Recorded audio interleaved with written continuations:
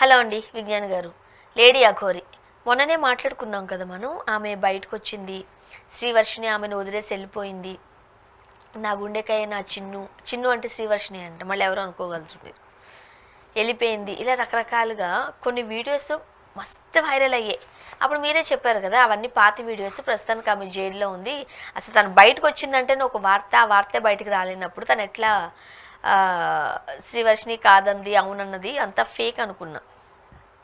ఇప్పుడు మనకు అఫీషియల్గానే ఒక వార్త ఉన్నట్టుగా సమాచారం. హెల్త్ బాగాలేదు లేడీ అఘోరికి జైల్లో.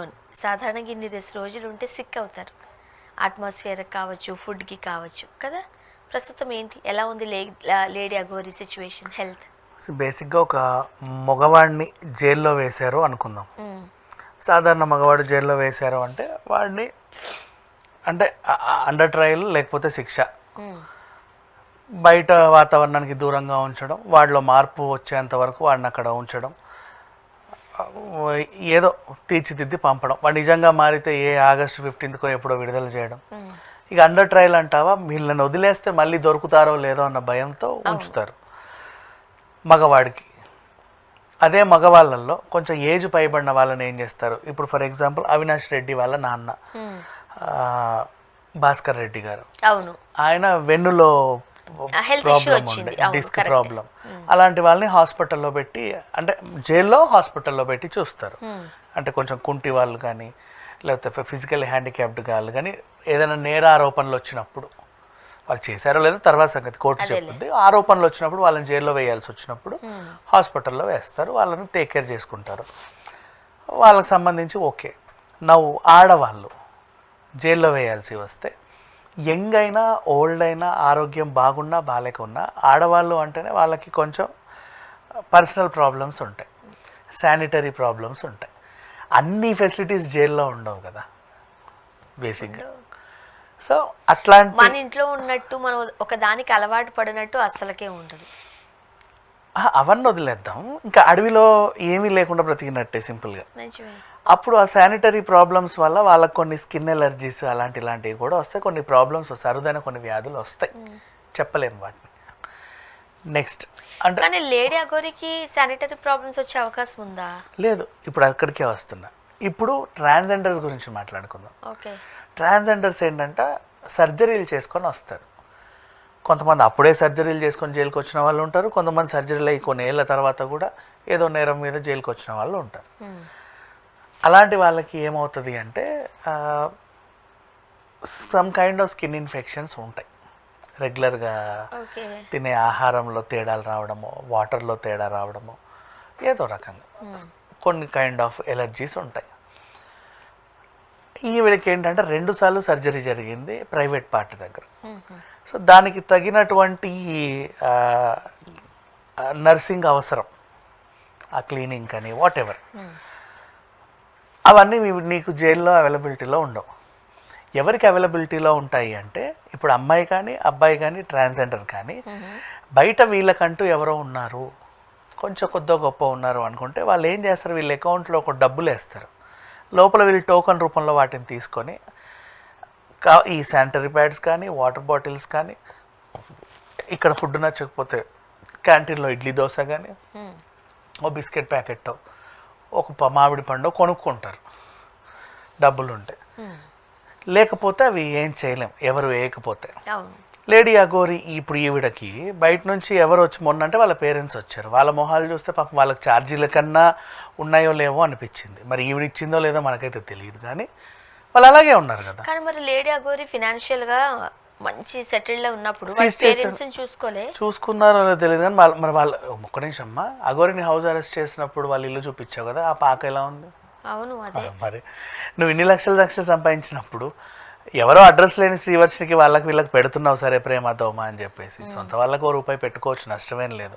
సరే నీ అన్నదమ్ములు అంటే వాళ్ళు సంపాదించుకుంటారులే, కానీ కనీసం తల్లిదండ్రుల కన్నా ఓ పావులా పెట్టవచ్చు, ఓ పావులా ఏదో ఒకటి. మరి ఇల్లు అయితే అలాగే ఉంది, పెద్దగా ఇరగదీసే లెవెల్లో అయితే లేదు, సింపుల్గా 4 గోడలు అంతేందుకు.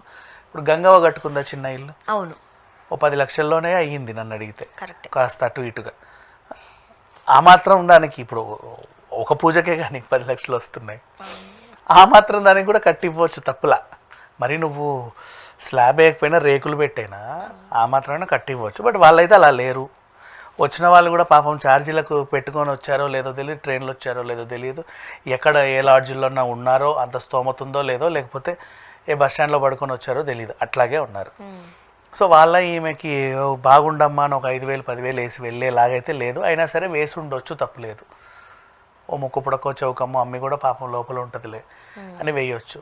ఆమె కూడా అడుగుతుంది, మీరు నాకు ఏమైనా రూపాయి వేస్తే లోపల నాకు మంచినీళ్ళలో చెంబో తప్పేలో కొనుక్కుంటాను. అమ్ముతారు అవన్నీ లోపల? అట్లట్లేదు, అంటే ఒక క్యాంటీన్ ఉంటుంది వీళ్ళకి. నీకు ఫుడ్ వేస్తారు, పొద్దున టిఫిన్, మధ్యాహ్నం లంచ్ వాళ్ళు పెడతారు.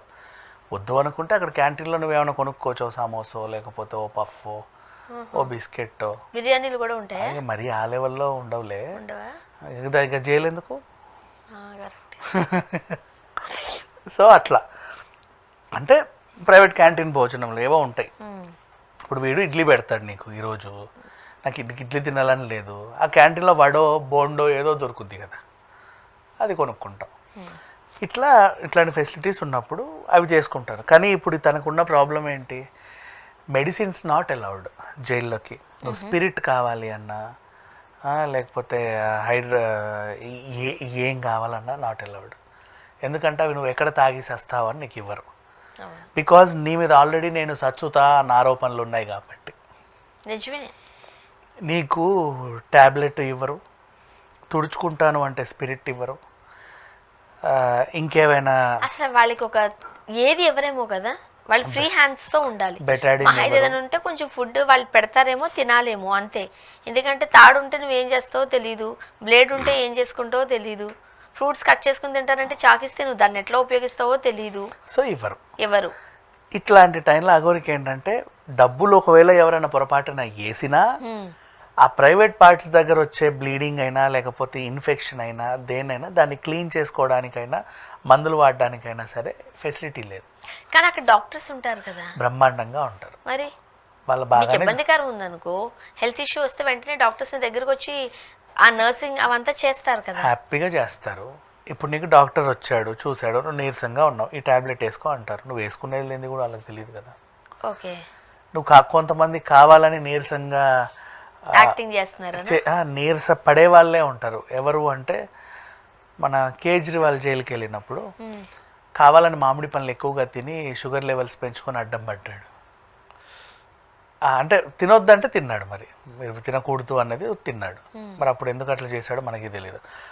కొంతమంది ఫ్రస్ట్రేషన్ అంతా కూడా ఏంటి జీవితం, నేను ఎక్కడ ఉన్నాను, ఏడబతికాను, ఎటెళ్ళాను, ఎక్కడ తిరిగాను, లాస్ట్ ఇక్కడికి వచ్చి పడ్డాను, ఇంకా అవసరమా ఇది అనుకునే వాళ్ళు ఏమైనా తినకూడనివి కూడా తింటారు. సో ఇట్లాంటి టైంలో వీళ్ళని ఒకరు సూపర్వైజ్ చేస్తూనే ఉంటారులే. అయినప్పటికీ ఇంకొకటి కూడా ఉంటుంది కొంతమందికి. ఇప్పుడు ఇదంతా నేను చెప్పింది ఫిజికల్గా, నీకేమైనా స్ట్రెయిన్స్ అయినా టాబ్లెట్లో మందులో, మానసికంగా కొంతమంది కుంగిపోతూ ఉంటారు. అది లేడీ అగోరి అయితేంది, ఆడైనా మగైనా ఇంకో నాకు తెలిసి అమ్మాయి శ్రీవర్షిని ఎక్కడుందో ఏమైపోతుందనే భయం కూడా ఉండొచ్చు, ఇన్ఫర్మేషన్ ఉండదు, ఫోన్ చేయడానికి ఆ పిల్ల ఇంకెక్కడో ఉన్నారు, బయట ఉన్నదనుకో కనీసం ములాఖత్ అన్న అయి ఉండొచ్చు. శ్రీవర్షిని సమాచారం ఎవరు చెప్పారు, ఎందుకంటే తన ఉమెన్ ప్రొటెక్షన్లో సెల్లో ఉంది కాబట్టి. ఈ పేరెంట్స్కి తెలియదు, మాకు తెలియదు అంటారు. ములాఖత్ చేసినా సరే ఆడు నువ్వు ఫోన్ చేయడానికా లేదు, నీ అడ్వకేట్ని అడిగినా నాకు తెలియదనే అంటాడు. నీకు ఆ విషయం తెలీదు, ఏమైంది అనే ఒక క్వశ్చన్ మార్క్ ఉంటుంది. నెక్స్ట్ నన్ను ఇంకేం చేస్తారో, ఇంకెంతకాలం ఏం చేస్తారన్న ఇది ఉంటుంది. రిమాండ్ పొడిగిస్తున్నారు, శిక్ష పడుతూనే ఉంది, బయట నా గురించి జనాలు ఏమనుకుంటున్నారు, ఇంకెంతమంది. అండ్ ఇంకొకటి, ప్రస్తుతానికి జైల్ హాలిడేస్ ఉన్నాయి కాబట్టి, కోర్టు హాలిడేస్ ఉన్నాయి కాబట్టి ఇంకొక 10-15 రోజులు అక్కడే ఉండాల్సిన అవసరం కూడా ఉంది. జూన్ మొదటి వారం వరకు హాలిడేస్ ఉన్నాయి కోర్టుకి. అవును, ఆ హాలిడేస్ తర్వాత ఏం చేస్తారంటే పోలీసులు, మేము బెయిల్ అప్లై చేసినా మళ్ళీ ఒకవేళ ఏమైనా రిజెక్ట్ అయితే ఇంకో 14 రోజులు ఉండాల్సి వస్తుంది. అంటే ఇప్పుడు బెంచ్ మీదకి ఆ కంప్లైంట్ రావాలి కదా. మొన్న ఒక అమ్మాయి కంప్లైంట్ కొత్తపల్లి పోలీస్ స్టేషన్లో కంప్లైంట్ ఇచ్చింది, ఆ కంప్లైంట్ కూడా రావాలి. చూద్దాం. Thank you.